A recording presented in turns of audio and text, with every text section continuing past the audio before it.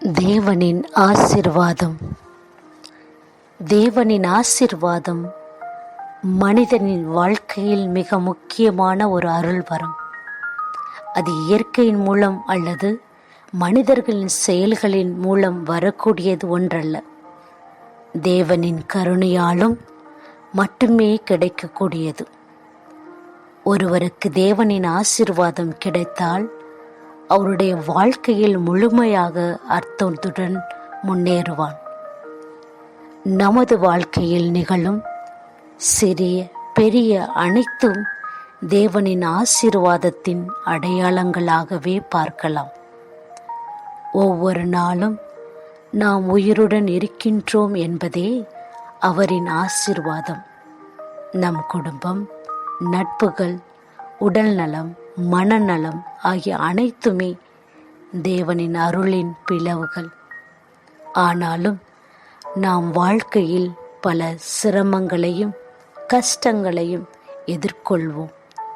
இவை தேவனின் ஆசீர்வாதம் இல்லை என்று அர்த்தமல்ல. சில நேரங்களில் கஷ்டங்கள் கூட ஆசீர்வாதமாக மாற முடியும். அவை நமக்கு சகிப்புத்தன்மையையும் தன்னம்பிக்கையையும் வழங்கி நம் உள்ளார்ந்த ஆற்றல்களை வெளிப்படுத்தி வழிவகுக்கும்.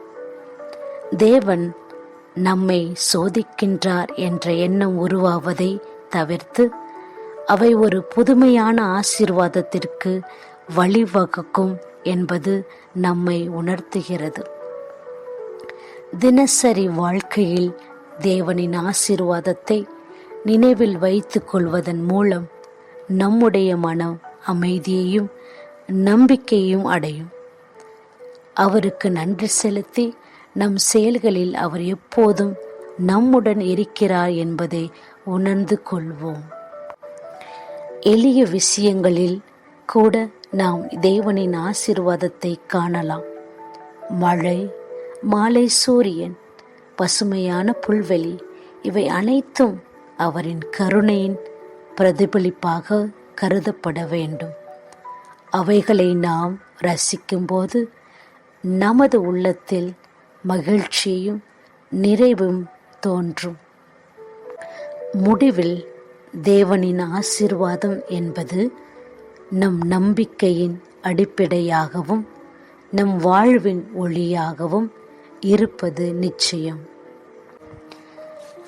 நம் வாழ்வின் பாதையை வழிநடத்தி வழிகாட்டும் கடவுளின் பங்கு பற்றி சிந்திக்கையில் அதனை பல்வேறு வகைகளில் உணரலாம். கடவுளின் அருள் நம் வாழ்வின் ஒவ்வொரு கட்டத்திலும் பின்தொடர்கிறது. நாம் எத்தகைய சூழ்நிலையிலும் இருந்தாலும் அவர் எப்போதும் நம்முடன் இருக்கின்றார்.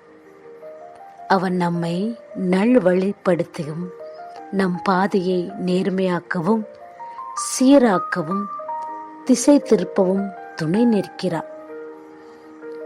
கடவுளின் வழிகாட்டுதல் என்பது பன்முகமாக நிகழ்கிறது. அது நம் சிந்தனைகளிலும் நம் செயல்களிலும் பிறர் வழியாக நம்மை சென்றடைகிறது. நாம் பலமுறை சந்தேகங்களோடு நிற்கும்போது அவர் நம்மை தெளிவாக ஆழமாகவும் அறிவிக்கிறார். எந்த நேரத்திலும் கடவுளின் கூற்று நம் மனசாட்சியாக செயல்படுகிறது.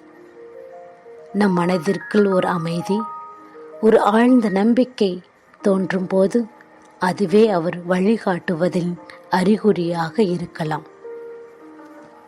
அவர் நம் வாழ்க்கையின் சிறிய பெரிய எல்லா செயல்களிலும் இருந்து காத்து நடத்துகிறார்.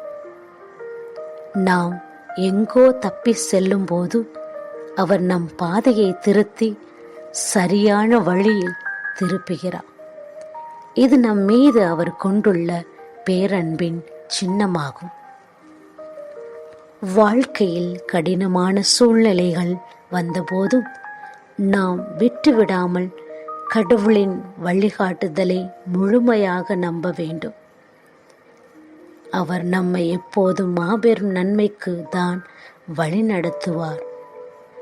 அவர் வழியிட்டால் எல்லாமே நன்மையாக ஆறும் என்ற நம்பிக்கையை கொண்டிருப்பதே நம் வாழ்வின் அடிப்படையாகும்.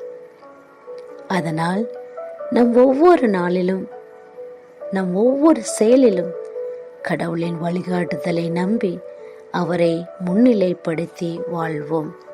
கடவுளின் ஆசீர்வாதம் நம் வாழ்நாள் முழுவதும் இருக்கின்றது. கடவுளை நம்புவோம். கடவுள் நம்மை முழுமையாக ஆசீர்வதிப்பார். மேலும் நம் குடும்பங்களை, ஒவ்வொரு குடும்பத்தில் உள்ள அனைவரையும் நிறைவாக ஆசீர்வதித்து அவருடைய ஆசீர்வாதம் பன்மடங்காக பெருக அவரை நாடுவோம். அவர் வழியில் நடப்போம். ஆமேன்.